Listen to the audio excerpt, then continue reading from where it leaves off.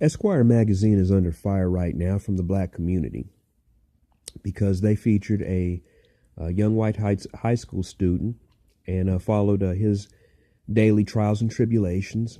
And they interviewed him about what it's like living in the Me Too era, what it's like being a Trump supporter at a predominantly anti-Trump school, and, just things in general on in my honest opinion, a fairly unremarkable young white man.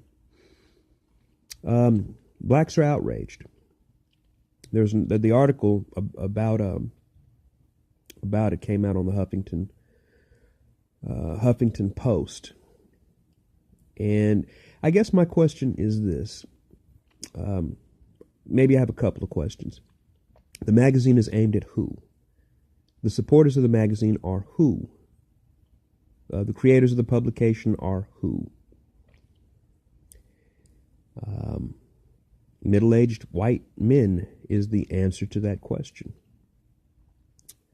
To a degree, I understand people assuming that there's some kind of social responsibility that we all have to black people. It's our job to serve black interests as quickly and efficiently as possible, even when the contingency that supports us isn't black. Black History Month is showing a bevy of black movies. Some good, some not so good. And while I celebrate black history as part of American history, I'm kind of with Morgan Freeman on that. He said, black history is American history.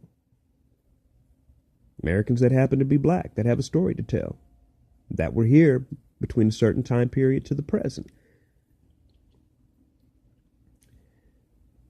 I think what's bothering me right now is this posse mentality of finger pointing. It's like, they're racist. They don't have another black person on the cover, even though black people generally don't buy that magazine.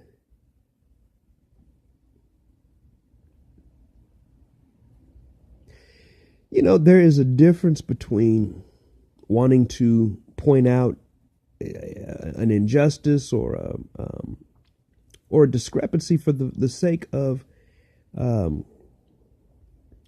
some kind of improvement or some kind of growth, but now we've gotten into an era of just pointing out shit.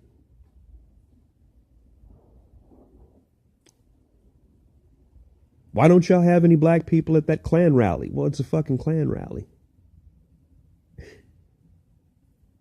Why don't you have any black people at that polka festival?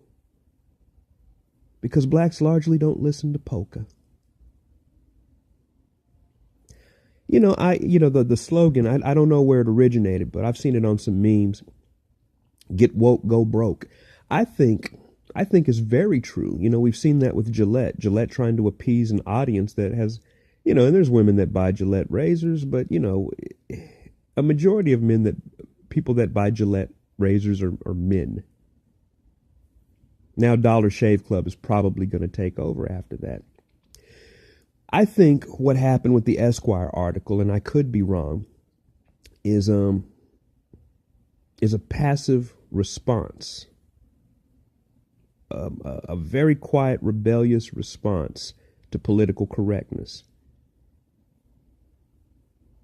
I don't know if we look back, the fact that this is even a story probably means that in the past they had an African American on the cover, or it might mean that outrage culture just didn't exist then, and black folks were busy doing other things, things other than waiting on the next instance of being excluded from something that they don't want to participate anyway.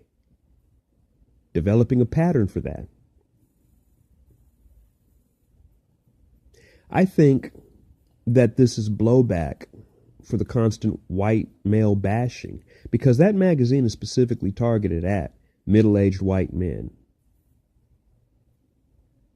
I'd have to say probably 30 years old and up, And I think perhaps they were making the statement, I'm putting out material for the audience that supports me. You can be woke and go broke, but I choose not to. And, I'm not saying that there are not African American men that don't read Esquire. I read Esquire. I have a subscription to Esquire. I don't think there's a problem with that. But largely, we don't read Esquire. My question is this, and I know the answer from people, well, it's White History Month, 12 months of the year. Well, I don't want to get into percentages, and I don't think anybody wants me to get into percentages, because even though African Americans are 13% of the population, their visibility states, it says to the general public that they are 50 to 60% of the population. If we were represented visually by the numbers, we really wouldn't be on TV very often. But folks have rolled over, and they're like, fine.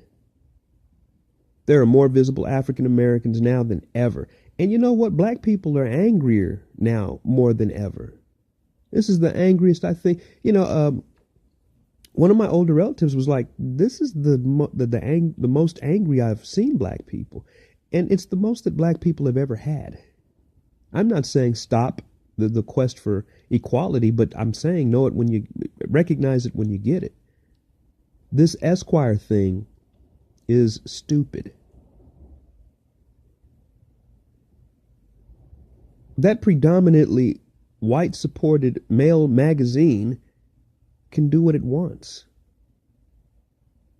I can't remember the last time that a white guy was on the cover of Ebony Magazine, of Essence, of Code.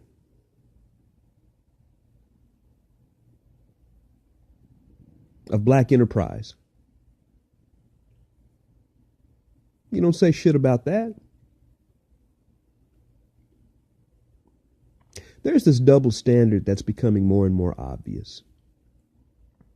It's shit or get off the pot time for equality. And it's also, shit or get off the pot for admitting that a lot of people are really into the idea of superiority. They just cloak it in a veil of equality. Let's start getting concerned about things that actually matter. Let's change the idea of just because there isn't a certain population represented, that somehow something racist is going on. Check yourself and ask yourself, do you even have an interest in those things where you don't see the black presence, or the female presence? I'm tired of occupation without direction. Why occupy a space that you hadn't even thought about being in? I enjoy Esquire Magazine just as equally as the white guy enjoys Esquire Magazine. They have great articles on formal dress. Not formal black dress, not formal white dress, but just formal dress. And they have good articles. If they want to put a white guy on the cover, they can. If you want to make sure that a black guy is on the cover of your book, you can. As long as there's equal access to both, who really cares? Smash that like button and the subscribe button and let us know what you think about the Esquire article. I look forward to hearing your comments.